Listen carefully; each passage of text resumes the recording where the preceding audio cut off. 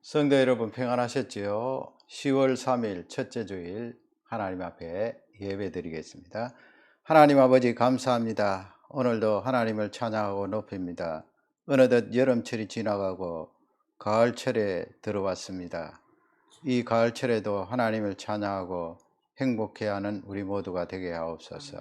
이 예배를 받으시고 십자가의 보혈을 의지하고 나아오니 성령 하나님 친히 운행하여 주시고 홀로 성령 하나님, 성자 하나님, 성부 하나님 영광 받으시옵소서. 감사하며 예수님 이름으로 기도 올리옵나이다. 아멘.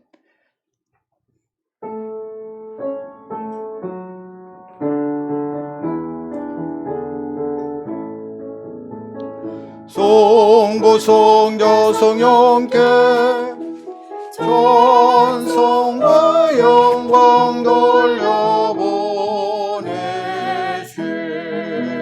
내처로 지금까지 또 영원 무궁토록 성삼위께 영광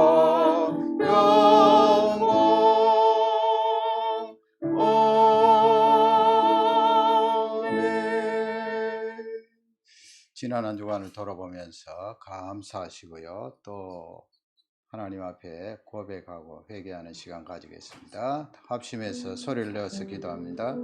하나님 아버지여, 지난 한 주간도 하나님을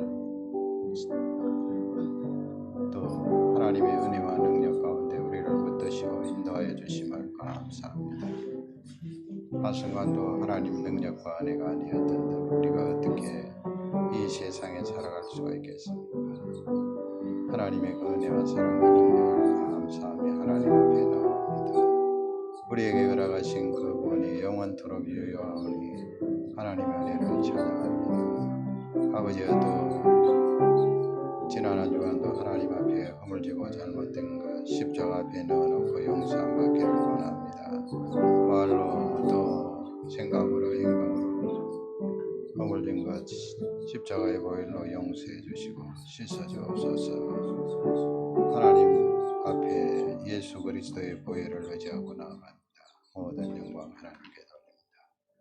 예수님 이름으로 기도 올리옵나이다. 아멘. 신앙 고백하겠습니다. 전능하사 천지를 만드신 하나님 아버지를 내가 믿사오며 그의 아들 우리 주 예수 그리스도를 믿사오니 이는 성령으로 잉태하사 동정녀 마리아에게 나시고 본디오 빌라도에게 고난을 받으사 십자가에 못 박혀 죽으시고 장사한 지 사흘 만에 죽은 자 가운데서 다시 살아나시며 하늘에 오르사 전능하신 하나님 우편에 앉아 계시다가 저리로서 산자와 죽은 자를 심판하러 오시리라. 성령을 믿사오며 거룩한 공회와 성도가 서로 교통하는 것과 죄를 사하여 주시는 것과 몸이 다시 사는 것과 영원히 사는 것을 믿사옵나이다. 아멘. 성신앙송입니다. 할렐루야. 내 영혼아 여호와를 찬양하라. 나의 생전에 여호와를 찬양하며 나의 평생에 내 하나님을 찬송하리로다. 아멘.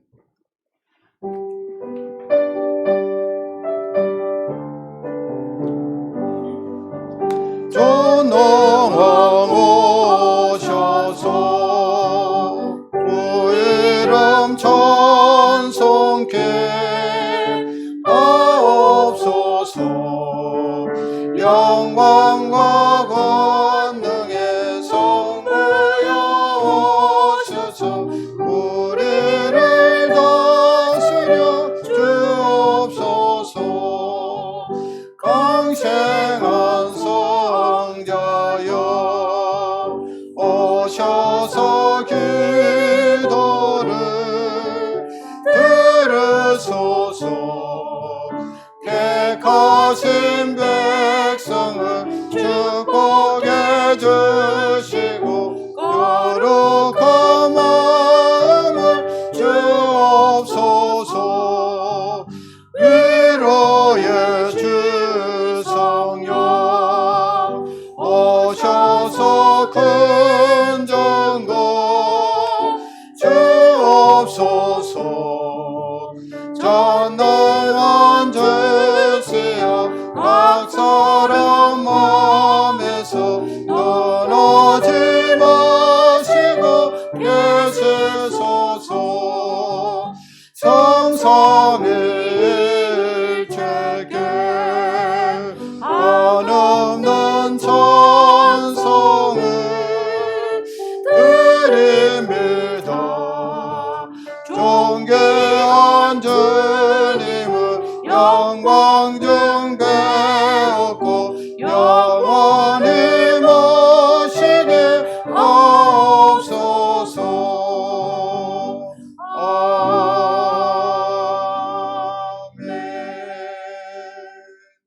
할렐루야.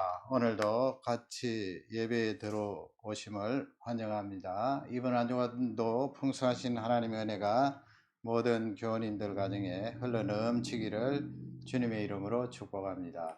다음 주일은 추수감사절입니다. 추수감사절로 하나님 앞에 감사하시기 바랍니다. 우리 신학교 계속해서 수업 중에 있습니다. 위에서 기도해 주시고요. 또 우리 희망학교 계속 기도 많이 해주시고, 또 이 다우성과 안성교사님 교우들 위해서 기도해 주시기 바랍니다. 우리 장집사님 위해서 많이 기도해 주시고요. 특별히 어르신들 위해서 여러분 계속 기도 많이 해 주시기 바랍니다. 직장에 복귀한 가정과 또 학업 중인 우리 학생들 위해서 기도해 주시고, 청년들 진로를 위하여 기도해 주시기 바랍니다. 하나님 앞에 예물 드리시겠습니다.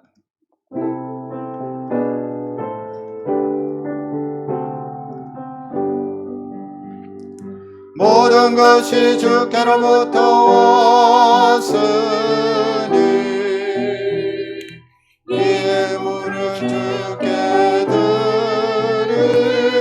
드리나이다.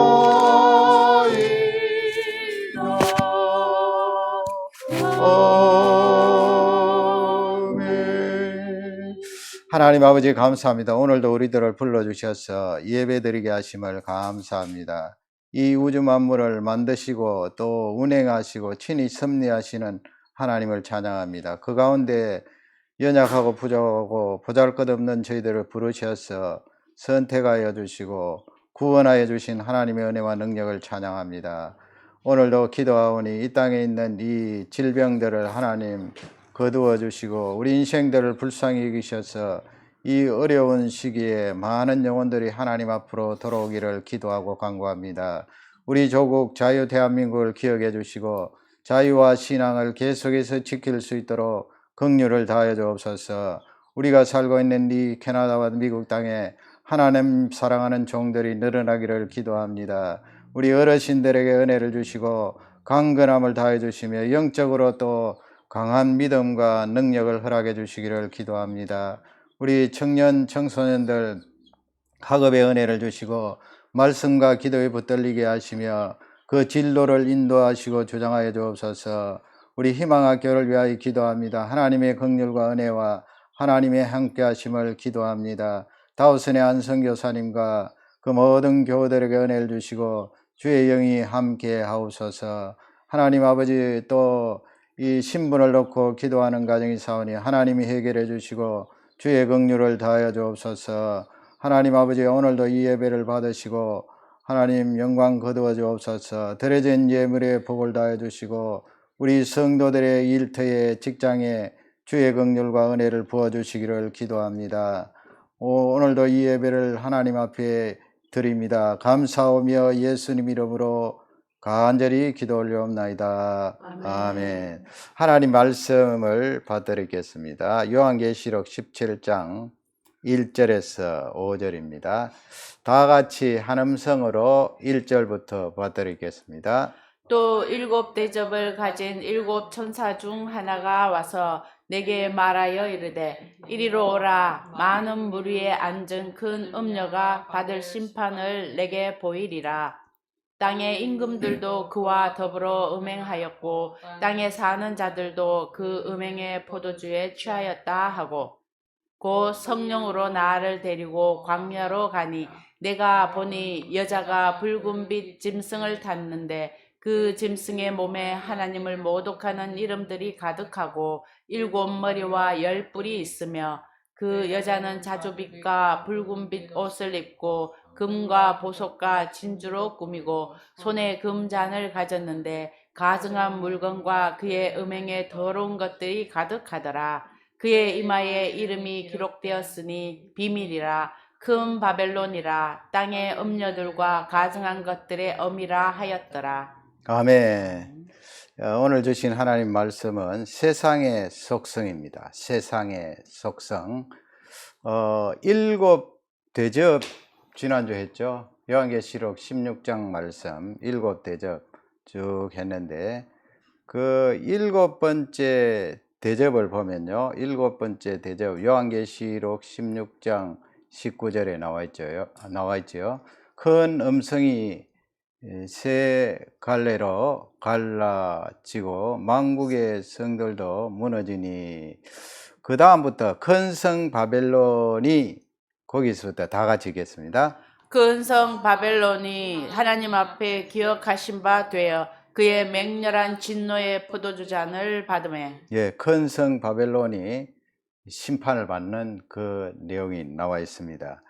그래서 이 큰 성 바벨론 그리고 그 첫 번째 대접부터 여섯 번째 대접까지 쭉 그렇게 성경은 기록되어 있고 이 여섯 번째 대접까지 큰 성 바벨론과 연관된 말씀이다 하는 것을 말씀해 주고 있습니다.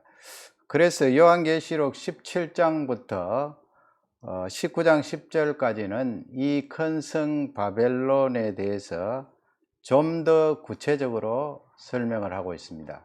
심판을 당하니까 어떻게 무너지고 그 심판의 종말을 이루는가 하는 것을 19장 10절까지 자세하게 다루고 있어요.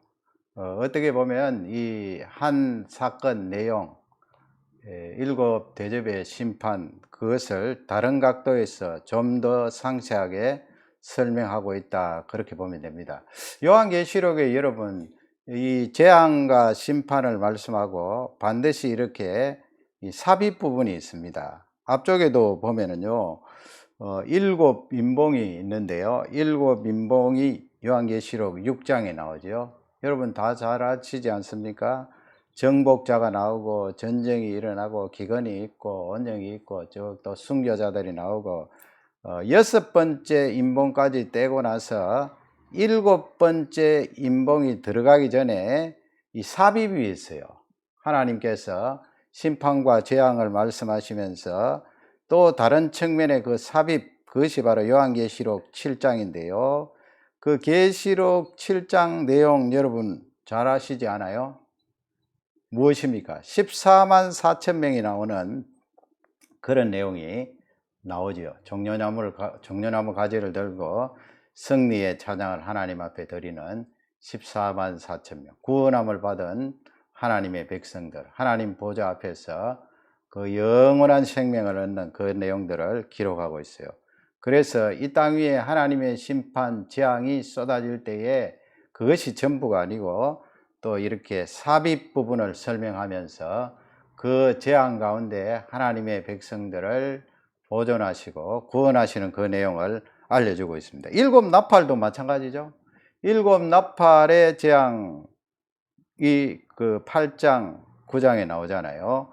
그 여섯 번째 나팔까지 불고 일곱 번째 나팔이 시행되기 전에 삽입이 있어요. 그것이 바로 10장 11장인데 10장은 작은 두루마리가 나오고 두루마리 책이 나오죠. 그 다음에 11장은 두 증인이 나오는데 그 두 증인에 앞서 이 계시록 11장 1절을 보면요, 우리 다 같이 한번 읽어보겠습니다.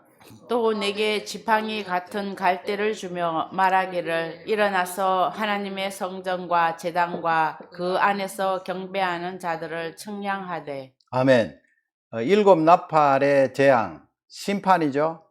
하나님께서 심판을 내리시는데 그것이 전부가 아니고 또 다른 측면에서는 이렇게 하나님 백성들을 구원하시고 보존하시는 그 내용이 성경에 기록되어 있어요. 하반절 보시면 그 안에서 경배하는 자들을 청량하되 그랬습니다. 성전 안과 제단을 하나님께서 청량하라. 청량하는 것이 무엇이라고 그랬습니까? 하나님을 경배하고 예배하고 하나님 이름을 부르고 예수 그리스도 이름으로 나오는 자들, 그들을 청량하라, 보존하라, 보호하라, 그 말씀이라 그랬죠. 그래서 재앙 심판 가운데 하나님의 백성들을 구원하시고 보존하시는 그 내용을 성경은 기록하고 있습니다. 이렇게 삽입 부분이 들어있는데 요한계시록 17장, 18장, 19장 10절도 바벨론 멸망에 대해서 말씀하죠. 그것은 바로 일곱 대접에 대한 다른 측면의 상세한 설명이라고 그랬습니다. 그 재앙과 심판, 바벨론 멸망만 있는 것이 아니고 또 무엇이었습니까? 하나님의 백성들이 하나님을 찬양하는 그 내용이 나와 있어요. 계시록 19장에 보면은 신약 성경에 최초로 할렐루야 하는 그 내용이 나오고 있는 것을 볼 수가 있습니다. 그래서 오늘은 이 계시록 17장 말씀에 대해서 바벨론이 도대체 어떤 정체를 가지고 있는가, 세상의 그 정체 속성에 대해서 살펴보기를 원합니다. 첫 번째, 세상에 대해서 성경은 말씀하고 있습니다. 본문 1절이에요. 1절을 다 같이 읽겠습니다. 곧 일곱 대접을 가진 일곱 천사 중 하나가 와서 내게 말하여 이르되 이리로 오라. 많은 무리에 앉은 그 넘녀가 받을 심판을 내게 보이리라. 좀 어렵죠, 여러분? 이제 일곱 번째 대접까지 16장 후반부에 다 그렇게 시행이 되잖아요. 그리고 이제 다시 17장 서두부터 그 대접 재앙의 구체적인 내용, 그 가운데 이 바벨론 멸망에 대해서 설명을 하는데, 지금 보세요. 하반절에 보면 무리에 앉은 그렇게 되어 있고요. 물은 도대체 무엇인가? 그 다음에 큰 음녀라고 그랬어요. 큰 음녀. 도대체 이 큰 음녀가 무엇인가? 심판이 또 나오죠. 심판을 요한에게 보이리라. 그렇게 천사가 말을 했는데요. 조금 더 이제 본문을 통하여서 이 음녀가 무엇이고 물이 무엇이고 심판의 내용은 무엇인지 살펴보기를 원합니다. 5절 보면은 이 음녀의 정체가 나와 있어요. 5절을 다 같이 읽겠습니다. 그의 이마에 이름이 기록되었으니 비밀이라. 금 바벨론이라. 땅의 음녀들과 가증한 것들의 엄이라 하였더라. 아멘. 성경을 이렇게 본문 안에서 자세히 살펴보면 충분히 우리가 해석할 수 있고 어렵지 않습니다. 여러분, 이 내용이 어렵습니까? 우리 자의대로 성경을 벗어나서 그냥 마음대로 생각하고 해석하니까 성경이 어렵게 보이고 내가 해석하는 것이 꼬이게 되지요. 그러나 여기 보면은 본문의 음녀가 도대체 누구인가 하는 것을 알 수가 있습니다. 그 음녀가 누굽니까? 큰 바벨론이라 그랬습니다. 큰 바벨론. 이 바벨론을 말할 때 계시록에서 큰 자가 많이 붙고요. 또 성읍, 큰 성이라 그렇게 큰 자를 많이 수식으로 우리에게 말씀하고 있습니다. 땅의 음녀들과 그랬습니다. 그러니까 이 땅의 음녀들은 큰 음녀에게 소속된, 예속된 그런 음녀들을 말합니다. 음녀들과 가증한 그렇게 되어 있죠. 그러니까 하나님께서 보시기에 상당히 추하고 가증하다 하는 것을 알 수가 있고요. 상당히가 아니고요. 철저히 완전히 그렇게 가증하다 하는 것을 알 수가 있습니다. 가증한 것들에 임하라 하였더라. 그러니까 이 큰 음녀는 바로 큰 바벨론이다 하는 것을 알 수가 있죠. 그 다음에 18절 말씀에 또 부연해서 말씀합니다. 성경에 다 있잖아요, 여러분. 18절을 다 같이 읽겠습니다. 또 내가 본 그 여자는 땅의 왕들을 다스리는 큰 성이라 하더라. 예, 음녀죠, 음녀. 큰 음녀는 땅의 왕들을 다스리는 큰 성이라 그래서, 큰 성이 뭐예요? 바로 큰 바벨론을 말하고, 이미 바벨론 없어졌는데 왜 이렇게 바벨론을 등장시키는가? 그 음녀를 설명하면서 우리가 구체적으로 이해할 수가 있어요. 그 여자는 성의 왕들을 다스리는, 그렇게 되어 있습니다. 다스리는. 그렇게 여러분 아까 1절 말씀에 무리에 앉아 있는 그렇게 되어 있죠. 앉아 있는 그 말씀이 바로 다스리고 통치하는 것을 말합니다. 어떻게 음녀가 무리에 빠지지 않고 앉아 있는가, 그렇게 보지 마시고요. 성경이 지금 상징적으로 우리에게 말씀을 하고 있는데, 무리에 앉았다 하는 것은 다스리고 통치한다. 이 음녀가 다스리고 통치하니까 그 밑에 수없이 많은 다른 그런 음녀들이 있을 거 아니에요. 그러니까 큰 음녀에 예속되고 소속된 존재들이다 하는 것을 알 수 있고, 그 위에 통치하는 존재가 바로 큰 음녀다. 다른 말로 바꾸면 큰 바벨론이다. 그렇게 보면 되겠습니다. 이 구약 성경을 보면은요, 지금 여러분 이 음녀라고 하니까 자꾸 7계명 생각하고 간음하지 말라 그 내용을 생각하는데, 지금 요한계시록에서 나오는 이 17장에서 음녀는 그 개념이 아니에요. 물론 그 내용이 들어 있습니다만은 지금 전체적으로 우리에게 알려주시는 것은 큰 틀에서 봐야 됩니다. 구약 성경에 이 음녀, 음행했다, 간음했다 할 때는 실제 이 남녀 간에 일어나는 범죄도 말씀을 하지만은 더 큰 틀에서는 하나님과 하나님 백성들 사이에 무엇이 발생한 거예요. 하나님 백성이 하나님 말씀대로 살지 않고 우상에게 절하고, 얼마나 여러분 우상, 그 우상 또 그 우상 속에 있는 그 속에 이런 내용들이 간악하고 말이죠. 얼마나 추악합니까? 심지어는 하나님이 주신 자녀를 불에 태워서, 얼마나 하나님께서 싫어하시겠어요. 자기가 낳은 자녀를 불에 태워서 그냥 그 우상에게 바치고 하니까 하나님께서 너무 싫어하세요. 그래서 이스라엘 백성들이 하나님 떠나고 우상 섬기면 그것을 간음했다 그래요. 영적으로 간음했다. 그것을 다른 말로 바꾸면 음녀라고 그래요. 지금 예레미야 13장 27절 보세요. 내가 너의 간음과 그랬잖아요. 거기 너희는 누구를 가리킵니까? 유다 백성들을 가리켜요. 유다 백성들 너희의 간음과, 그 말은 너희들이 하나님의 백성이고 선택받은 자들인데 어떻게 나를 떠나서 이방 종교에 가서 그렇게 제사를 지낼 수가 있는가? 그것은 바로 영적으로 간음한 것이다. 너희들은 음녀다. 그런 말씀이에요. 사악한 소리와 들의 작은 산 위에서 뭐라고 했습니까? 내가 행한 음란과 그랬습니다. 그 다음에 음행과 가정한 것을 보았노라 하나님께서 말씀하는 거예요. 이 유다 백성들이 하나님 떠나서 산에 올라가서 거기에 우상에게 제사를 드리고 그 우상이 지시하는 내용대로, 그 지시하는 내용이 사람들이 만드는 거 아니에요. 그 내용대로 그냥 추악하고 더러운 행동을 하니까 하나님께서 너희들이 어떻게 나를 배신하고 떠날 수 있는가? 너희들은 음녀들이다. 그렇게 지금 지적하고 있어요. 하반절에 보면은 예루살렘이여 그렇게 하나님이 부르시죠. 우리 거기 예루살렘이여 거기서부터 읽겠습니다. 다 같이. 예루살렘이여 내가 얼마나 오랜 후에야 정결하게 되겠느냐 하시니라.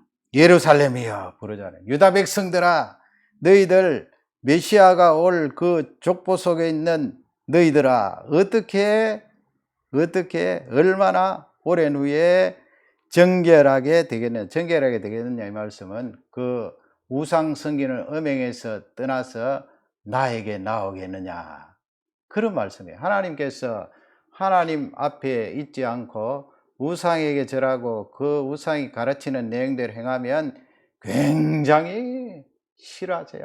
너무너무 싫어하세요. 정결치 못한 거예요. 더러운 거예요.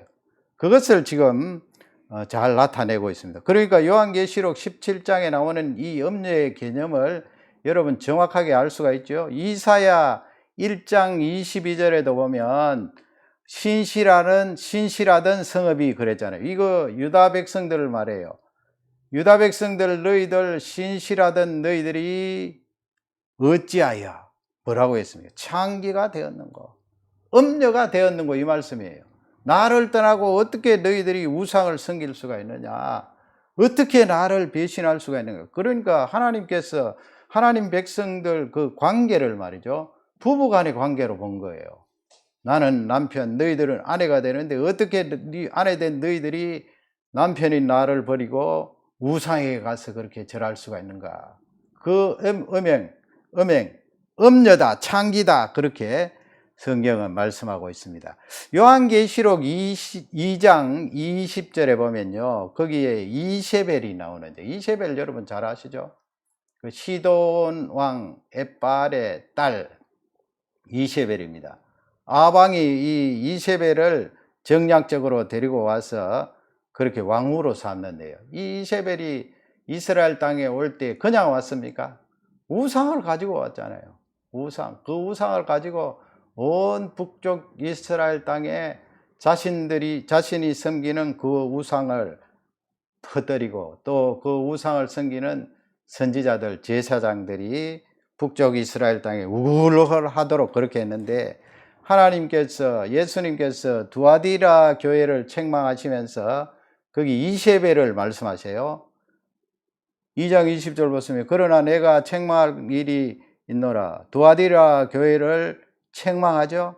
자칭 선지자라 하는 자칭 선지자. 이 이세벨이 북쪽 이스라엘에 와서 선지자 노릇을 한 것 아니에요. 이 우상이 진짜다, 참이다. 너희들 북쪽 이스라엘 사람들아, 온 군데 우상을 세워놓고 이 우상에게 절하라, 섬기라. 그래서 이스라엘 백성들이 그 우상에게 절하는 바람에, 그 우상을 섬기는 바람에 하나님을 떠났잖아요. 그러니까 음녀가 되었어요. 그래서 구약 성경의 대표적인 음녀가 누구인가 하면 여자 이세벨이에요. 여자 아방의 왕후 여자 이세벨.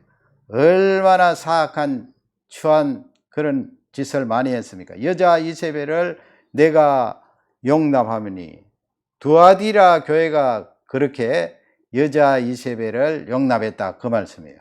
거기서부터 다 같이 읽겠습니다. 그가 내 종들을 가르쳐 꿰어 행음하게 하고 우상의 재물을 먹게 하는도다.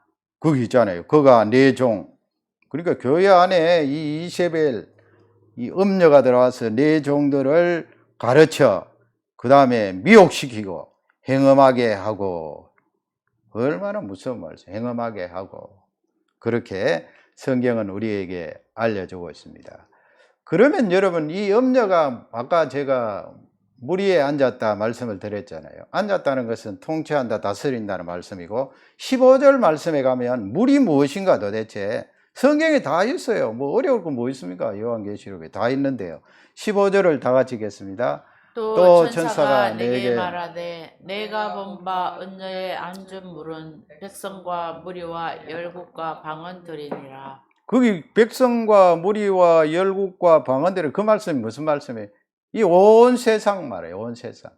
복음 안에 하나님과 우리 사이에 이 가늠하지 않고 음녀들이 되지 않고 예수 그리스도의 피를 의지하고 살아가는 사람들 말고요, 그 바깥에 있는 백성과, 구체적으로 말하면 큰 음녀 앞에 예속되어서 그렇게 하나님을 부인하고 하나님을 비방하는 그런 존재들을 말합니다. 백성과 무리와 열국과 방언들이니라.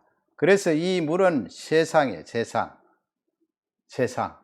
그러니까 이렇게 하나님과 가늠한 이 세상 위에 다스리고 통치하는 음녀다. 음녀가 힘을 쥐고 그들을 이리 움직였다 저리 움직였다 한다는 그런 귀한 말씀이 되겠습니다. 세상에 대해서, 음녀에 대해서 이렇게 내가 입장을 정리하시고요. 두 번째 살펴볼 것은 세상의 악함입니다. 오늘 말씀의 제목이 세상의 속성이잖아요. 세상의 악함이 어느 정도인가 계시록 17장을 중심으로 살펴본다는 거예요. 2절 말씀부터 쭉 그 세상의 악함에 대해서 하나님이 심판하지 않을 수 없는 그 내용에 대해서 가르쳐주고 있어요. 2절을 다 같이 읽습니다. 땅의 임금들도 그와 더불어 음행하였고 땅에 사는 자들도 그 음행의 포도주에 취하였다 하고. 땅의 임금들도 그랬습니다. 그래서 이 큰 음녀가, 물 위에 앉아있는 음녀가 권력을 잡은 자들을 미혹해서 그들을 부리는 통치가 있다는 거예요. 그러니까 많은 땅의 임금들도, 땅이라는 말씀을 지금 두 번 말씀하고 있어요. 중간에도 땅에 그렇게 되어 있고요, 앞쪽에도 땅의 그렇게 되어 있어요. 여기서 왜 땅, 뭐 지구 위에 땅인데 다 믿는 사람 안 믿는 사람 다 땅에서 살지 않느냐, 그 말씀이 아니고요, 하늘에 속한 자라 이 말씀을 하실 때 반대되는 개념이에요. 하나님께 속하지 않은 그런 존재들, 땅의 임금들도 그와 더불어 음행하였고. 여러분, 이 세상에 우리 권력을 가진 자들이 자신이 가지고 있는 그 힘을 얼마나 추구합니까? 한번 그 자리에 앉아보면은 그 맛을 알지 않겠어요? 그러니까 이 음녀가 미혹하는 그 내용대로 따라가지 않을 수가 없어요. 왜 그렇습니까? 표가 나오잖아요, 여러분. 투표를 하는데 표가 나오니까 이 음녀가 다스리는 내용대로 그대로 따라가니까 이 음녀의 미혹 속에 빠져서 음녀와 똑같이 그렇게 하나님 쪽에 봤을 때는 간음하는 거예요. 우상을 섬기고 더럽고 추한 그런 행동을 한다는 거예요. 그와 더불어 그랬어요. 그와 더불어는 함께하고 친구가 되었다는 거예요. 음녀와 더불어 음행하였고 그렇게 되어 있지 않습니까? 그 다음에 땅에 사는 자들도 그랬습니다. 사람들도 땅에 사는 사람들도 그 음행의 포도주에 취하였다. 그렇게 우리가 성경을 모르고 이런 내용들을 통하여 입장을 정리하지 않으면 그냥 막 들이섞여 버리겠죠. 음녀가 뭐 나를 속이는지 안 속이는지 알 수 있겠어요. 그냥 따라가 이것이 좋다.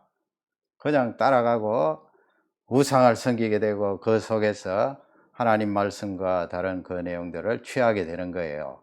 포도주에 취하였다. 그러니까 하나님께서 그런 존재들을 바라볼 때 너희들 음녀들이다. 큰 음녀에게 속하여 있다. 그렇게 말씀하는 거예요. 그 다음에 3절에 보면은 3절에 보세요. 하반절 보시면 하나님을 어떻게 한다고요? 하나님을 모독한다고 그렇게 되어 있어요. 하나님을 모독하는 이름들이 가득하고 그랬습니다. 그 음녀나 음녀들은 또 임금들은 음녀에게 예속되어 있기 때문에 똑같죠, 음녀와. 그러니까 하나님을 모독하는 그 속 내용이 있다 하는 것을 알 수가 있고요. 거기 보면은요, 위에서 세 번째 줄 보면 붉은빛 짐승을 탔는데, 앞쪽에서 우리가 다 배웠잖아요. 붉은빛 짐승, 땅에서 올라온 짐승, 바다에서 올라온 짐승, 또 붉은 용, 옅뱀 타고 있다는 말이에요. 권세를 가지고 있다는 거예요. 다 연결되고 있다는 거예요. 사단과 적그리스도와 거짓 선지자와 또 이 음녀가 다 연결되어서 하나님 앞에 음행을 저지른다 하는 그런 내용이고요. 그러니 하나님께서 심판하시지 않을 수가 없는 거죠. 4절에 보면 4절을 우리 다 같이 읽겠습니다. 그 여자는 자줏빛과 굵은빛 옷을 입고 금과 보석과 진주로 꾸미고 손에 금잔을 가졌는데 가증한 물건과 그의 음행에 더러운 것들이 가득하더라. 거기 또 나오잖아요. 자줏빛과 붉은 빛 옷을 입고, 자줏빛은 힘을 말하고 권세를 말해요. 붉은 빛은 희생을 말하죠. 희생은 자기가 희생하는 것이 아니고 도리어 다른 사람들을 희생시키고 있어요. 옷을 입고, 하반절에 보면 그의 음행에 더러운 것들이 가득하다.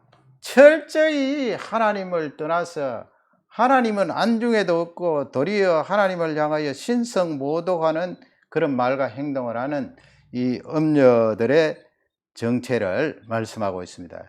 6절에 보겠습니다. 또 6절을 다 같이 읽겠습니다. 또 내가 보매 이 여자가 성도들의 피와 예수의 증인들의 피에 취한지라. 내가 그 여자를 보고 놀랍게 여기고 크게 놀랍게 여기니. 여기 취하다는 말씀 드링크예요. 드링크. 마신다는 거예요. 그러니까 이 믿는 사람들을 극심하게 핍박하고 그들의 생명을 빼앗는 그런 일을 한다는 거예요. 하나님께서 심판하지 않으실 수가 없는 거죠. 성도들의 피와 그랬잖아요. 예수 그리스도의 증인들의 피에 취한지라. 이렇게 세상의 그 악함을 쭉 지금 요한계시록이 나열을 하고 있습니다. 여러분, 이 내용들을 우리가 다 입장으로, 성경 말씀의 입장으로 정립을 하셔야 됩니다. 마지막 세 번째, 몰락입니다. 성경은 그 음녀의 몰락, 바벨론의 몰락, 요한계시록에서 17장에서 더 구체적으로 설명을 합니다. 일곱 대접 요한계시록 16장에서는 이렇게 구체적으로 설명을 하지 않잖아요. 이 17장, 18장 내용을 통하여 몰락을 설명하는데 17장 말씀은 주로 정치적, 종교적으로 몰락하는 내용을 말씀하고 있습니다. 이 세상 사람들도 이야기하죠. 정치하는 사람들이 권력을 가지고 있는데 그 권력이 무상하다. 범불 몇 년이라고 그랬습니까?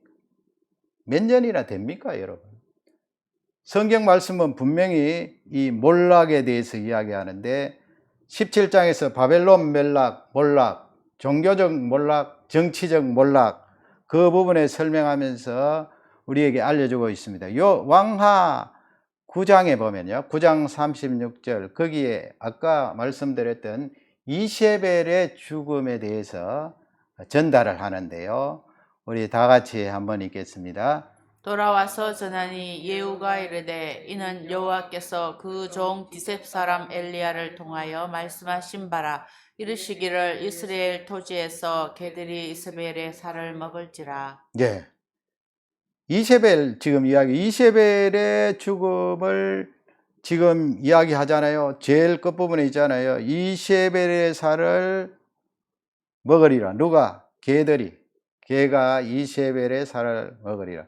아방의 왕후 비참하게 이렇게 죽게 되는데 이 이루어진 내용은 실제 하나님께서 엘리야 선지자에게 말씀을 주셔서 왕상 21장 22장 계속해서 하나님께서 말씀을 주셨습니다. 개들이 너의 시체를 먹으래. 그래서 그 하나님 말씀대로 이세벨이 이렇게 짐승에게 뜯겨서 그 시체가 갈게 찢어지는 내용이 나와 있는데 요한계시 이 내용을 여러분 염두에 두고 본문 16절 한번 보세요.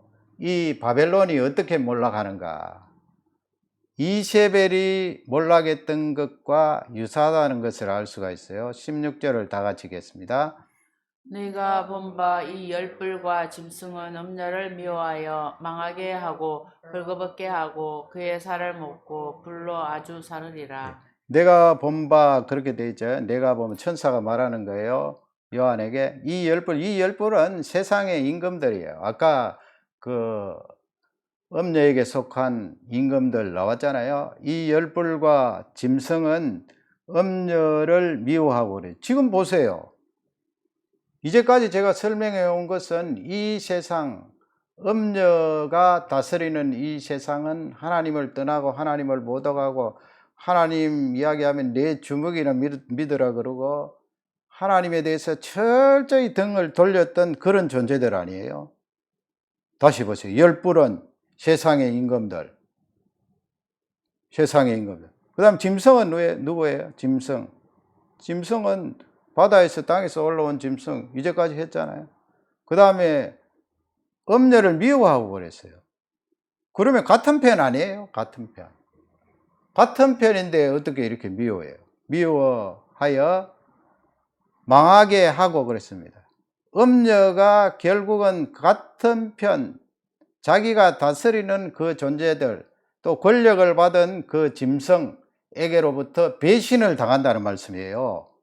미워하여 망하게 하고 그 다음에 벌거벗게 하고 제일 뒷부분 보면 그의 살을 먹고 불로 아주 사른다 그렇게 되어 있죠. 살을 먹고 그래. 그러니까 짐승이 이 음녀의 살을 먹는다. 그렇게 지금 보세요. 음녀는 짐승에게 뜯겨서 죽게 되잖아요. 그 살이 말이죠. 이세벨은 어떻게 죽어요? 개에게 뜯겨서 죽게 됩니다. 그러니까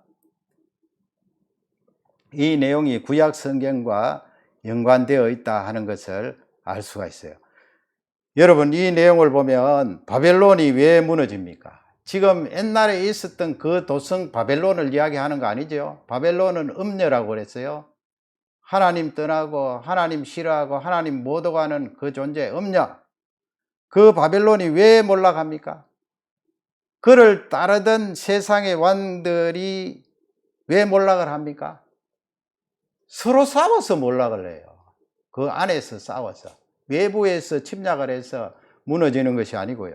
그 안에서 뽑고 찢고 싸워서 결국은 짐승에게 뜯겨서 몰락하고 멸망한다 하는 것을 알 수가 있습니다. 하나님의 심판이 직접 그냥 소돔 고모라 성처럼 불과 유황으로 내리부어서 심판하는 경우도 있지만은 이 보세요. 이 바벨론 세상의 몰락은 이렇게 그 안에서 일어나서 자멸한다 하는 것을 말씀하고 있습니다. 이것도 하나님의 심판인데 뒤에 그 구체적으로 말씀을 해요. 조금 더 이제 구약 성경을 서로 이렇게 서로 속에서 싸워서 자기 편끼리 싸워서 망하는 그 내용이 구약 성경에 나와요. 삼상 14장 20절에 보면 이 사울의 아들 요나단이 병사와 함께 그냥 홀홀단신으로 블레셋 진영에 들어가서 싸우는데 아주 승리를 거둬요. 대승리를. 물론 하나님께서 함께 하시고 이 자연 현상도 일어나게 해서 승리를 하는데요. 하반절 말씀에 그런 말씀이 있어요. 하이라이트에 넣은 부분 보세요. 각각 칼로 그 동물을 침으로 크게 혼란하였더라 그렇게 했어요. 각각 칼로 누가 누구를 친다는 거예요. 뭐 시간이 없으니까 다 우리가 읽을 수는 없고요. 각각 칼로 그 동물을, 이 말씀은 블레셋 군대 진영 안에서 아군끼리 싸운다는 거예요. 같은 편끼리 그렇게 칼로 싸우니까 이거 이길 수가 있어요. 뭐 요나단이 들어가서 다 거기에 군대를 칠 수는 없고요. 하나님께서 거기에 이 능력으로 말이죠. 각각 칼로 블레셋 군대들이 서로 치고 해서 전쟁에 패하는 내용이 나와 있습니다. 사사기 7장 22절에도 나와 있어요. 거기 기드온 나오죠. 그리고 미디안과 전쟁을 하는데 300명이 앞쪽에 나오잖아요. 300명이 최종적으로 뽑힌 300명이 나팔을 불 때에 막 나팔을 부니까 여호와께서 그 온 적군으로 뭐라고 되어 있어요? 동무끼리 칼날로 치게 하심으로 그랬습니다. 미디안 진영 안에 같은 편끼리 이렇게 서로 칼을 휘둘러서 서로 그렇게 치니까 어떻게 전쟁에 이겨요? 그들이 자멸하는 내용을 실제 물리적으로 이렇게 성경에 나와 있는데 영적으로도 마찬가지예요. 정치적으로도 마찬가지예요. 이렇게 음녀가 몰락하는 것은, 바벨론이 몰락하는 것은 그 안에서 서로 살을 뜯기 때문에 그렇다 하는 것을 말씀하고 있습니다. 여러분, 눈에 보이는 이득이 있으면 이 세상은 그 이득에 따라 친구가 됩니다. 우리는 동무다 이야기하는데, 그러나 눈에 보이는 이득이 사라지고 내가 불리해지면 이렇게 서로 물고 뜯는 거예요. 이것이 세상이다 하는 것을 성경은 우리에게 알려주고 있습니다. 그렇지 않습니까? 요한일서 2장 16절에 보면 그 유명한 말씀입니다. 요한 사도가 우리에게 세상에 대해서 알려주시고 계시죠. 다 같이 읽겠습니다. 이는 세상에 있는 모든 것이 육신의 정욕과 안목의 정욕과 이생의 자랑이니 다 아버지께로부터 온 것이 아니요 세상으로부터 온 것이라. 대표적으로 세 가지 들었지요. 육신의 정욕과 그 다음에 안목의 정욕. 안목의 정욕은 이 세상은 눈에 보이는 대로 한다는 거예요. 눈에 하나님 보입니까? 안 보여요. 그러니까 내 눈에 하나님이 안 보이니까 나는 믿을 수 없다. 나는 내 눈이 보이는 대로 하겠다. 그러나 여러분, 우리 눈이 얼마나 봐요? 얼마나 봐요? 나이가 들면 눈도 흐려지고 또 아무리 젊고 싱싱해도 볼 수 있는 이 우리의 시각은 한계가 있어요. 그러나 우리 인생은 내 눈이 보이는 대로 하는 이 세상의 논리대로 따라가기 쉽다. 안목의 정욕과 이생의 자랑. 아까 그 음녀가 자줏빛 옷을 입고 또 붉은 짐승 타고 있는 권력과 힘을 가지고 있는 그것이 바로 이생의 자랑이에요. 이생의 자랑. 다 아버지께로부터 온 것이 아니요 세상으로부터 온 것이라. 여러분, 이 내용을 읽으면서 우리가 이 세상에 살지 말고 산으로 들어가자, 그 말씀이 아니에요. 영적으로 이 내용을 자세히 우리가 묵상을 해야 됩니다. 우리는 이 세상에 살아가는 존재로 이 세상에서 열심히 힘있게 살아야 되지만은 분명히 이 세상의 속성은 파악을 하고 살아야 된다는 거예요. 열심히 살면서 복음을 전가하고 그들에게 말씀을 알려야 되지만 이 세상의 속성과 정체를 틀림없이 파악하고 안목의 정욕이나 이생의 자랑대로 살아서는 안 된다 하는 것을 알아야 되고요.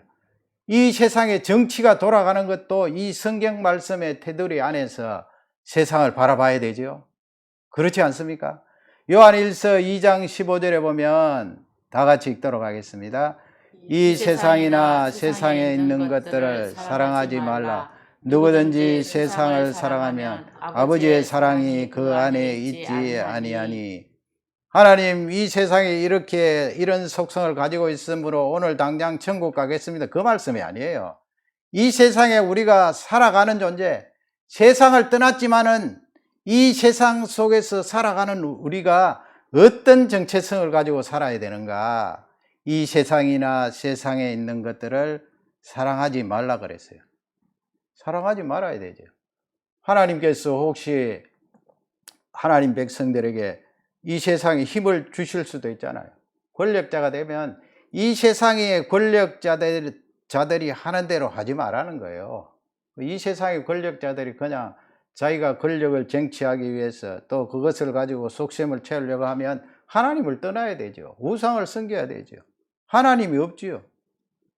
그러니 이 세상의 방식대로 살지 말고 사랑하지 마라, 이 말씀이에요.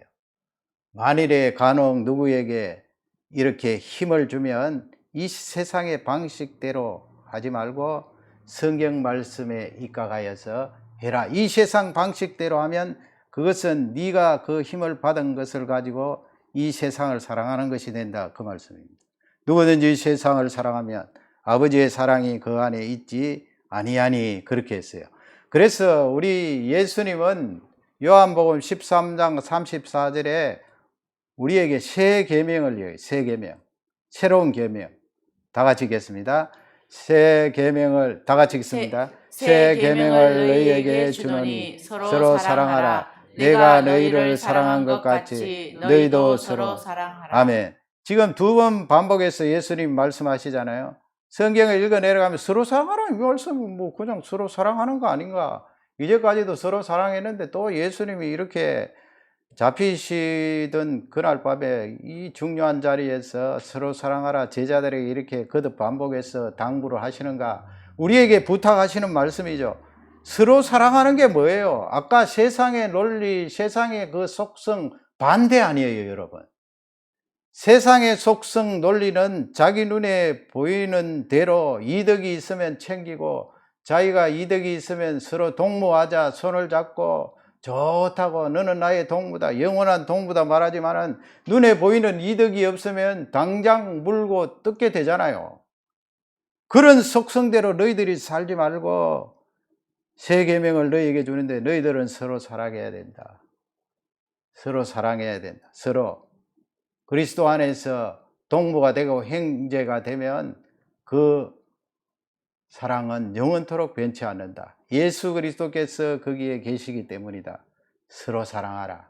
너희들의 정체성, 존재 자체는 이 세상에 속한 음료들과는 다르다 하는 것을 우리에게 알려주고 있습니다.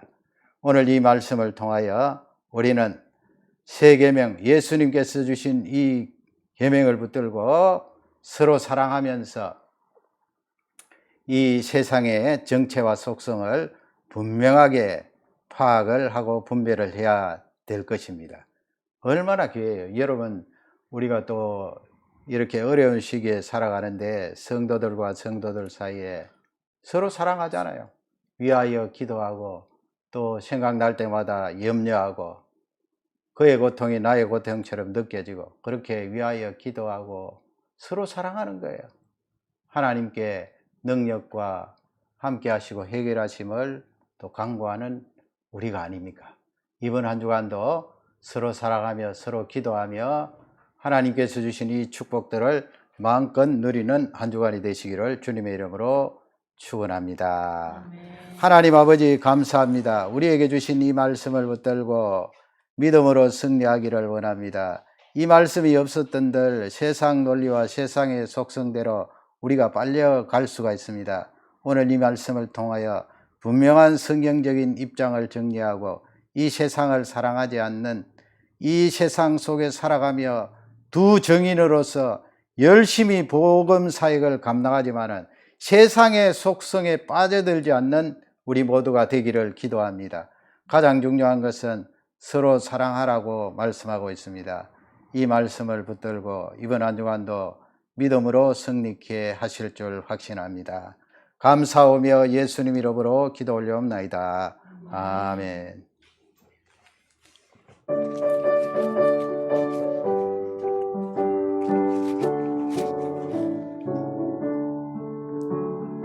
이 세상의 모든 죄를 밝히시는 주의 보혈, 성자 예수 거기 한피 찬송하고 찬송하세. 주님 앞을 멀리 떠나 길을 잃고 헤맬 때에 나의 뒤를 따라오서 친히 구원하셨도다. 이 눈보다도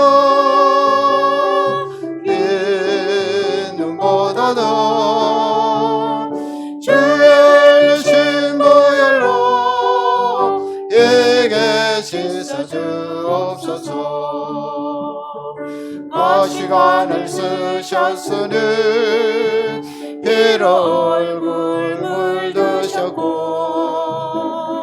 십자가의 모진 고통 나를 위해 당하셨네.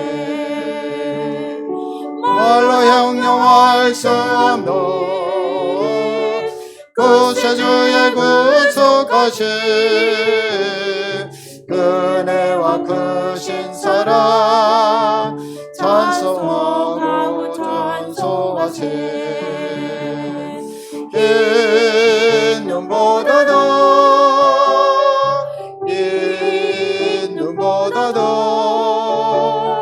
주의 흘리신 보혈로 이게 씻어주옵소서. 아버지를 멀리 떠나 바른 길을 저버리고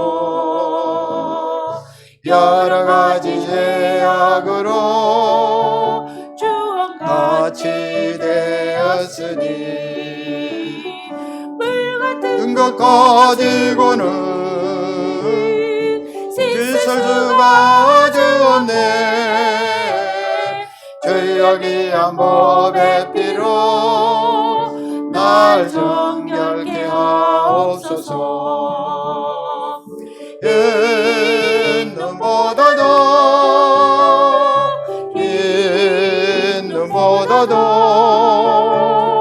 주의 흘리신 보혈로 이게 씻어주옵소서.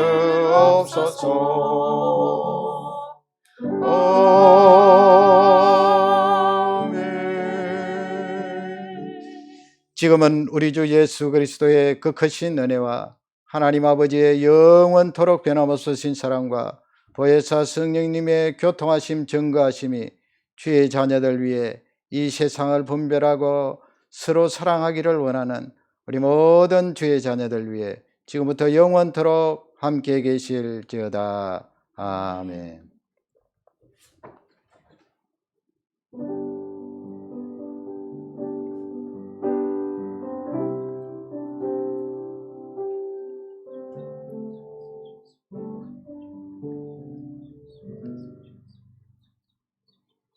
감사합니다. 예배 마쳤습니다. 한 주 동안도 건강하시고요. 또 믿음으로 승리하실 줄 확신합니다. 감사합니다.